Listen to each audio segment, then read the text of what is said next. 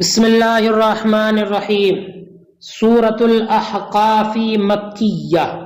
سورہ احقاف یہ مکی سورت ہے، لیکن بعض علماء کے نزدیک اس کی کچھ آیات مدنی آیات ہیں، جیسے کہ اللہ تعالی کا ارشاد مبارک قل ارأیتم ما تدعون من دون اللہ ارونی ماذا خلقوا من الارض، یہ مکمل آیت کریمہ۔ اور ایک آیت کریمہ فاصبر کما صبر اولو العزم من الرسل ولا تستعجل لهم کأنہم یوم یغون ما یوعدون لم یلبسوا الا ساعة من نہار بلاغ فہل یہلک الا القوم الفاسقون، یہ والی آیت کریمہ۔ اور وَوَصَّيْنَا الْإِنسَانَ بِوَالِدَيْهِ إِحْسَانًا، یہ تین آیت کریمہ، یہ آیات مدنی ہے، باقی سورت مکی سورت ہے۔ اس سورت میں 4 رکوع ہیں، 34 یا 35 آیات ہیں، اور 644 کلمات اور 2595 حروف ہیں۔ اس سورت کا نام احقاف رکھنے کی وجہ تسمیہ یہ ہے کہ اس کی آیت نمبر 21 میں لفظ احقاف کا استعمال ہوا ہے۔ احقاف یہ یمن کی ایک وادی کا نام ہے کہ اس جگہ کے رہنے والی قوم کو اللہ تعالی نے عذاب سے ڈرایا ہے، لیکن وہ لوگ ایمان نہ لائے، جس کے سبب ان کو ہلاک کر دیا گیا۔ اسی کی مناسبت سے اس سورت کا نام سورہ احقاف رکھا گیا ہے۔ سورہ احقاف، سورۃ الاحقاف مکیہ، سورہ احقاف مکی ہے، سوائے اللہ کے ارشاد قل ارأیتم ان کان من عند اللہ اس آیت کریمہ کے، وإلا اور دوسری آیت کریمہ فاصبر کما صبر اولو العزم من الرسل، یہ آیت کریمہ۔ وإلا اور سوائے اس آیت کریمہ ووصینا الانسان بوالدیہ احسانا، یہ پوری آیت کریمہ اور اس کو لگا کر کے 3 آیت مبارکہ ہیں، یہ ہے نا، اس کے بعد کہ جو مدنی ہے۔ وہی 40 او 35 آیہ، اور وہ 34 یا 35 آیات ہے۔ بسم اللہ الرحمن الرحیم۔ حامیم اللہ اعلم بمرادہ بھی، یہ بار بار ہر سورت کے شروع میں تقریباً آ رہا ہے، آپ کے ان اسباق میں حروف مقطعات سے ہے، اللہ اور اس کے رسول اس کی مراد کو بہتر جاننے والے ہیں۔ تنزیل الکتاب، قرآن کا کتاب کا نازل کرنا، اور کتاب سے مراد قرآن ہے، اور یہ تنزیل الکتاب مبتدا ہے، من اللہ اس کی خبر ہے، تو کتاب کا نازل کرنا یعنی قرآن کا نازل کرنا اللہ کی جانب سے ہے۔ العزیز فی ملکہ، جو اپنے ملک میں غالب ہے، الحکیم فی صنعہ، اور اپنی کاریگری میں حکمت والا ہے۔ اللہ تبارک و تعالی اس بات کی خبر دیتا ہے کہ اس قرآن کریم کو اس نے اپنے بندے اور اپنے سچے رسول محمد صلی اللہ علیہ وسلم پر نازل فرمایا، اور یہ بیان فرماتا ہے کہ اللہ تعالی ایسی بڑی عزت والا ہے جو کبھی کم نہ ہوگی، اور ایسی زبردست حکمت والا ہے جس کا کوئی قول ہو، کوئی فعل ہو، حکمت سے خالی نہیں ہوتا۔ اس کے بعد اللہ تعالیٰ اس آیت کریمہ میں ارشاد فرماتا ہے کہ آسمان و زمین وغیرہ اور جو ان کے درمیان تمام چیزیں ہیں، اس نے ان کو عبث اور باطل پیدا نہیں کیا ہے۔ ما خلقناہما باطلا، ایک جگہ آیا ہے، اور یہاں پر اللہ نے فرمایا کہ ہم نے آسمان و زمین کو اور جو کچھ ان کے درمیان ہے حق کے ساتھ پیدا کیا ہے، اور ایک مدت متعینہ تک پیدا کیا ہے۔ تو اس میں کوئی عبث اور باطل نہیں ہے، بلکہ سراسر حق کے ساتھ اور بہترین عمدہ تدبیر کے ساتھ اللہ تعالیٰ نے ان سب کو بنایا ہے،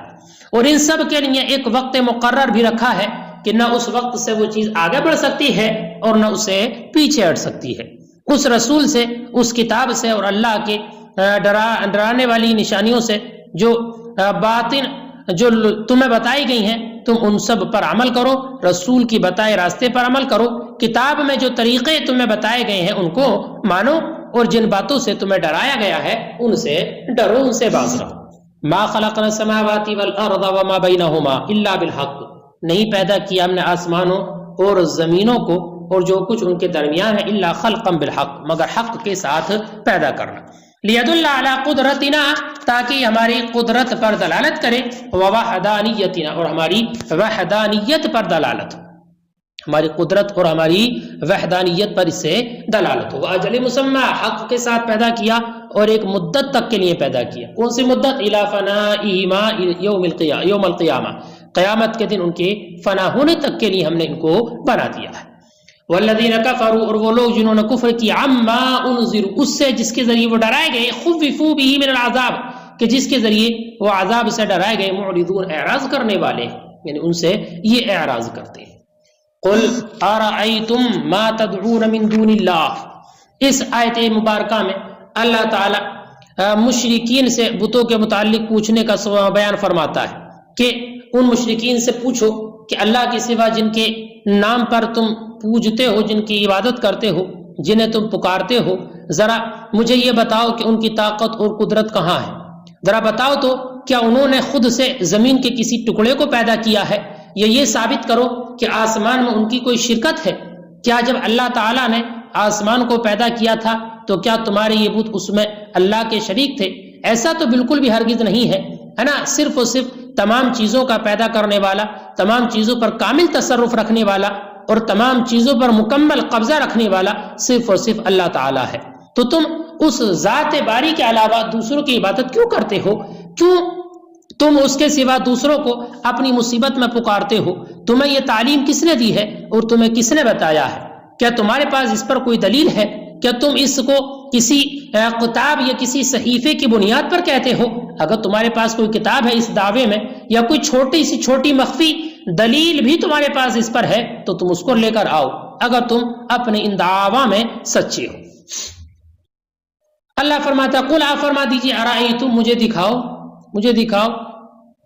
پیچھے بھی یہ گزرا کہ رویت کا ذکر ہے لیکن یہ خبر کے معنی میں ہے امر کے معنی میں ہے مجھے دکھاؤ مجھے خبر دو ما تدعون تعبدون من دون اللہ کہ جن کو تم پوجتے ہو اللہ کے علاوہ علیہ السلام یعنی بتوں کو تعبدون من دون اللہ یہ مفعول اول ہے ارونی مجھے دکھاؤ یعنی خبر دو یہ تاکید کے طور پر ہے ماذا خلقوا من الارض کیا پیدا کیا انہوں نے زمین سے یہ مفعول ثانی ہے ماذا خلقوا بیان اور من الارض یہ ما کا بیان ہے ما تدعون میں جمع ہے ام لہم شرکن فی السماوات یہ ان کے لیے شرکت ہے مشارکت ہے آسمانوں کے پیدا کرنے میں اللہ کے ساتھ وام بمعنی حمزۃ الانکار اور ام لہم شرکن میں ام حمزہ انکار کے معنی میں ہے یعنی ہرگز ان کے لیے کوئی شرکت نہیں ہے ایتونی بکتاب لاؤ کوئی کتاب منزل جو نازل ہوئی ہو من قبل ہذا اس سے پہلے یعنی قرآن سے پہلے او اثارۃ من علم یا بقیہ علم کا کوئی حصہ لے آؤ یا علم کا بقیہ کوئی حصہ لے آؤ یوسر عن الاولین جو ما قبل کے لوگوں سے پہلے کے لوگوں سے نقل کیا جاتا ہو بصحت دعواکم تمہارے دعویٰ کی صحت پر اس بارے میں فی عبادت الاصنام بتوں کی پوجا کے بارے میں انہا تقربکم الی اللہ کہ تمہاری قربت اللہ کی نزدیک ان کی وجہ سے ہے کہ تم ان کی وجہ سے اللہ کے قریب ہو اگر تمہارے پاس اس پر کوئی دلیل ہے کوئی شرکت کوئی اس پر بقیہ علم کا حصہ ہے یہ تو ہو نہیں سکتا کہ اس پر کوئی قرآن کی جیسی کوئی کتاب نازل کی گئی ہو یا اس پر کوئی صحیفہ نازل ہوا ہو یہ تو ممکن ہی نہیں ہے تو ہو سکتا ہے تمہارے پاس کوئی چھوٹی سے چھوٹی کوئی تحریر ہو کوئی ہلکی سے ہلکی کوئی مخفی دلیل ہو تو وہی پیش کر دو لیکن تم ہرگز ایسا بھی نہیں کر سکتے کیونکہ تم اپنے ان دعویٰ میں جھوٹے ہو ایتونی بھی کتاب من قبل ہذا تو لاؤ اس سے پہلے میرے پاس کوئی کتاب جس سے پہلے نازل ہوئی ہو یا کوئی علم کا بقیہ حصہ ہو ان کنتم صادقین اگر تم سچے ہو فی دعواکم اپنے اس دعوے میں ومن اضل ممن يدعو اور کون ہے اس سے زیادہ گمراہ جو پوجتا ہے اللہ کے علاوہ کو من اس میں استفہام ہے اور نفی کے معنی میں من اضل اے لا احد یعنی کوئی ایسا نہیں ہے جو اس سے زیادہ بڑھ کر گمراہ ہو اور اس سے زیادہ راہ بھٹکا ہوا ہو جو اللہ کے علاوہ کو پوجتا ہے اس کے غیر کی عبادت کرتا ہے اور ایسے کی عبادت کرتا ہے من لا يستجیب له الى یوم القیامہ جو قیامت کے دن تک اسے کوئی جواب نہ دے سکیں گے قیامت تک اس کی بات کو نہیں سن سکیں گے اس کی کسی دعا کو قبول نہیں کریں گے جو ان سے مانگتا ہے وہ اس کی ان خواہشوں کو پورا نہیں کر سکتے تو ایسے کی عبادت کرنے والا یہ سب سے بڑھ کر گمراہ ہے ومن استفہام، اور من استفہام بمعنی نفی ہے، اے لا احد، یعنی اس کے ایسا کوئی نہیں، اضل جو زیادہ گمراہ ہو اس سے، یدعو یعبد من دون اللہ جو پوجتا ہے اللہ کے علاوہ کو، اے غیری یعنی اس کے غیر کو، من لا یستجیب له الی یوم القیامہ، اس کو جو قیامت کے دن تک اس کی بات کا جواب نہ دے، وہم الاصنام، اور وہ کون ہے؟ وہ یہی بت ہیں، لا یجیبون عابدیہم الی شیء یسألونہ ابدا، جو جواب نہیں دیں گے اپنے عابدوں کا کسی چیز کا جو ان سے سوال کرتے ہیں، ابدا کبھی بھی، وہم عن دعائہم غافلون، دعا سے مراد عبادت ہے، اور یہ یعنی یہ بت، یہ پتھر ان کی عبادت سے غافل ہے۔ کیوں غافل ہے؟ لأنہم جماعت، اس لیے کہ یہ پتھر ہے، لا یعقلون، یہ تو کچھ سمجھتے ہی نہیں ہیں، سمجھتے ہی نہیں ہیں۔ وَإِذَا حُشِرَ النَّاسُ، اور جب جمع کیا جائے گا لوگوں کو، كَانُوا لَهُمْ أَعْدَاءً، تو یہ ان کے دشمن بن جائیں گے، كَانُوا لَهُمْ أَعْدَاءً، تو کانو سے مراد بت ہے، یعنی اس میں فاعل جو ہے اس کا اسم جو ہے وہ بت ہے، الاصنام، یعنی یہ بت ان کے قیامت کے دن دشمن بن جائیں گے۔ وَإِذَا حُشِرَ النَّاسُ، اور جب لوگوں کو جمع کیا جائے گا، كَانُوا الْأَصْنَامُ لَهُمْ، تو یہ بت ان کے لیے یعنی ان کی عبادت کرنے والوں کے لیے اعداء دشمن بن جائیں گے، وَكَانُوا بِعِبَادَتِهِمْ، اور وہ ان کی عبادت کے عبادت عابدیہم یعنی اپنی عبادت کرنے والوں کی عبادت کے کافرین منکر ہوں گے، جاہدین کھلے طور پر صاف انکار کر دیں گے، اور یہ ان سے بری ہو جائیں گے کہ یہ ہماری عبادت نہیں کرتے تھے اور اس میں ہمارا کوئی تعلق نہیں تھا۔ کہ قرب قیامت کے دن جب اللہ تعالیٰ سب لوگوں کو اکٹھا کرے گا اور یہ معبودان باطل اپنی عبادت کرنے والوں کے دشمن بن جائیں گے، تو اس بات سے کہ یہ لوگ ان کی پوجا کرتے تھے صاف انکار کر دیں گے، جیسے کہ ایک آیت کریمہ میں اللہ نے ارشاد فرمایا وَاتَّخَذُوا مِن دُونِ اللَّهِ آلِهَةً لِيَكُونُوا لَهُمْ عِزًّا، سورہ مریم میں ہے کہ ان لوگوں نے اللہ کے سوا اور معبود بنا رکھے ہیں تاکہ وہ ان کی عزت کا باعث بنے، حالانکہ واقعہ ایسا نہیں ہے، بلکہ وہ تو ان کی عبادت کا صاف طور پر اور کھلے طور پر انکار کریں گے اور ان کے مکمل طور پر مخالف ہو جائیں گے۔ یعنی جب یہ کہ یہ ان لوگوں کے محتاج ہوں گے، ان بتوں کے محتاج ہوں گے، اس وقت وہ بت ان سے منہ پھیر لیں گے۔ حضرت ابراہیم خلیل اللہ علیہ الصلوۃ والسلام نے اپنی قوم کو تبلیغ کی تھی، اپنی امت کو تبلیغ کی تھی، ماننے والوں کو، لیکن انہوں نے انکار کیا، اور ان کا بھی حال یہی تھا کہ وہ بھی بتوں کی پوجا کرتے تھے۔ تو حضرت ابراہیم نے فرمایا تھا انما اتخذتم من دون اللہ اوثانا مودۃ بینکم فی الحیاۃ الدنیا ثم یوم القیامۃ یکفر بعضکم ببعض ویلعن بعضکم بعضا ومأواکم النار وما لکم من ناصرین۔ سورہ عنکبوت کی آیت نمبر 25 ہے، جس کا ترجمہ یہ ہے کہ تم نے اللہ کے سوا بتوں سے جو تعلقات قائم کر لیے ہیں، اس کا نتیجہ قیامت کے دن دیکھ لو گے کہ جب تم ایک دوسرے سے انکار کر جاؤ گے اور ایک دوسرے پر لعنت کرنے لگو گے، اور تمہاری جگہ ہمیشہ ہمیشہ کے لیے جہنم میں مقرر ہے اور متعین ہے، اور تم اپنا مددگار اور خیر خواہ کسی کو اس جگہ پر نہ پاؤ گے۔ تو یہی ہوگا کہ آج دنیا میں تم ان کے سامنے اپنا سر جھکاتے ہو، ان کے سامنے اپنے سر کو جھکا کر ان کی منتیں مانتے ہو، ان کی پوجا کرتے ہو اور انہیں اپنا معبود سمجھتے ہو، لیکن کل قیامت کا جب دن ہوگا اور تمہیں ان کی شدید اور سخت ضرورت اور حاجت ہوگی، اور تم اس بات کی تمنا کرو گے کہ کاش آج یہ ہمارے معبود ہمارے کچھ کام آ جائیں، تو اس وقت میں یہ کھلے طور پر تم سے براءت کا اظہار کریں گے اور تمہاری عبادت کا انکار کر دیں گے۔ تو اس وقت میں تمہارا کیا حال ہوگا؟ اس وقت میں تمہارا کون مددگار ہوگا؟ کون خدا کے عذاب سے تم سب کو بچانے والا ہوگا؟ اس لیے ابھی بھی ہوش میں آؤ اور اللہ کی عبادت کرو، اس کی وحدانیت کا اقرار کرو اور اس کے بتائے راستے پر عمل کرو، اس کے رسولوں کی تکذیب کرنے کے بجائے ان کی تصدیق کرو اور ان پر ایمان لے آؤ۔